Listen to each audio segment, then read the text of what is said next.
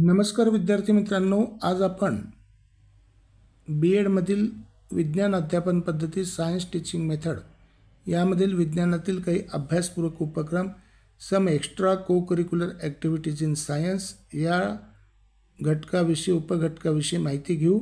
मी प्राध्यापक MR Joshi MM सेट श्री शारदा भवन शिक्षण संस्थेचे अध्यापक महाविद्यालय नांदेड येथे सध्या असिस्टंट प्रोफेसर या पदावर कार्यरत आहे। चला तर पाहूया विज्ञानातील काही अभ्यासपूरक उपक्रम some extra co curricular activities in science. विज्ञान शिकवताना प्रत्यक्ष अनुभव, प्रयोग आणि निरीक्षण यांचा उपयोग केल्यास विद्यार्थ्यांमध्ये विज्ञान विषयाचे अध्ययनाची आवड निर्माण होते, कठीण व गूढ संकल्पना समजणे सोपे होते आणि विशेष म्हणजे विद्यार्थ्यांमध्ये सर्जनशीलता विकसित होते। यासाठी खालील काही अभ्यासपूरक उपक्रम अत्यंत उपयुक्त ठरतात। नंबर 1, प्रयोगशाळेतील प्रयोग, लॅबोरेटरी एक्सपेरिमेंट्स। विद्यार्थ्यांना रसायनशास्त्र, भौतिकशास्त्र आणि जीवशास्त्रातील महत्त्वाचे प्रयोग प्रत्यक्ष करून पाहायला मिळतात। उदाहरणे: रसायनशास्त्रात आम्ल क्षार अभिक्रिया, अन्नातील स्टार्च चाचणी, भौतिकशास्त्रात ओहमचा नियम, द्रव्यांचे घनता मापन, जीवशास्त्रात सूक्ष्मदर्शकाने पेशीची रचना पाहणे इत्यादी।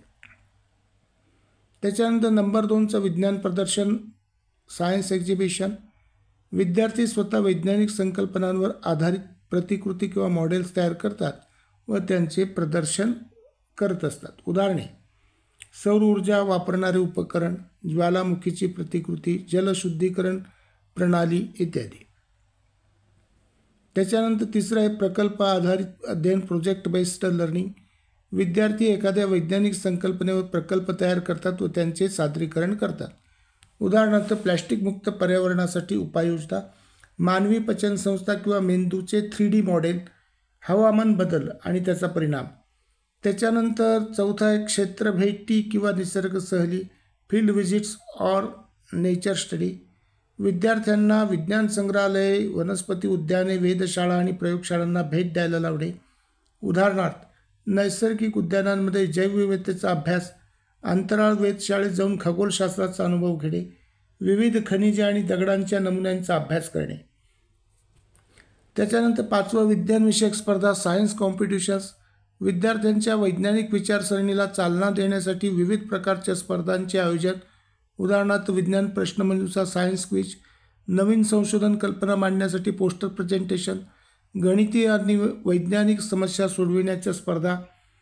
6वं प्रतिकृती व त्यांचे सादरीकरण, मॉडेल्स अँड इट्स प्रेझेंटेशन।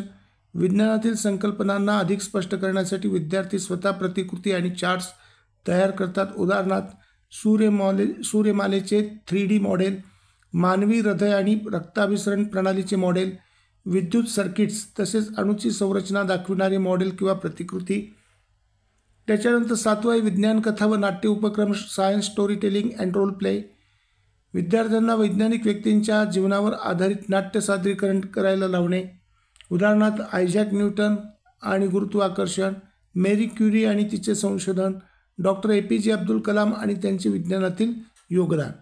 त्याच्यानंतर 8वं ई लर्निंग आणि संगणकीय softwares, e learning and technology integration.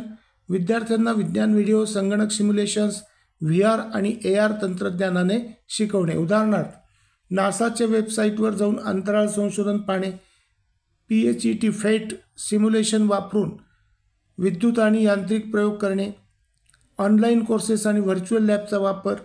त्याच्यानंतर पर्यावरणीय उपक्रम, एन्व्हायरमेंटल ॲक्टिव्हिटीज। विद्यार्थ्यांमध्ये पर्यावरण जागरूकता निर्माण करण्यासाठी उपक्रम राबवणे। उदाहरणार्थ वृक्षारोपण मोहीम आणि त्याचा अभ्यास, प्लॅस्टिक कचऱ्याचे व्यवस्थापन आणि पुनर्वापर, पाणी संवर्धन आणि ऊर्जा संधारण प्रकल्प। त्याच्यानंतर 10वं खगोलशास्त्र अभ्यास, ॲस्ट्रॉनॉमी ॲक्टिव्हिटीज। विद्यार्थी तारे, ग्रह आणि खगोलीय घटकांचे निरीक्षण करून खगोलशास्त्र चांगल्या प्रकारे समजावून घेऊ शकतात। उदाहरणार्थ रात्रीच्या वेळी दुर्बिणीने ग्रह आणि ताऱ्यांचे निरीक्षण, सूर्यग्रहण किंवा चंद्रग्रहणाचा अभ्यास, खगोलशास्त्रावरील माहितीपर चर्चासत्रे आणि कार्यशाळा।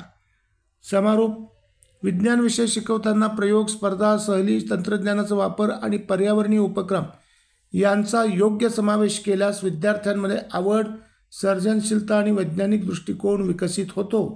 हे अभ्यासपूरक उपक्रम किंवा सहशालेय उपक्रम केवळ पाठ्यपुस्तकापुरते मर्यादित न राहता विद्यार्थ्यांना प्रत्यक्ष अनुभव आणि विज्ञानाच्या उपयोजनात्मक अंगाचे ज्ञान देत असतात. धन्यवाद.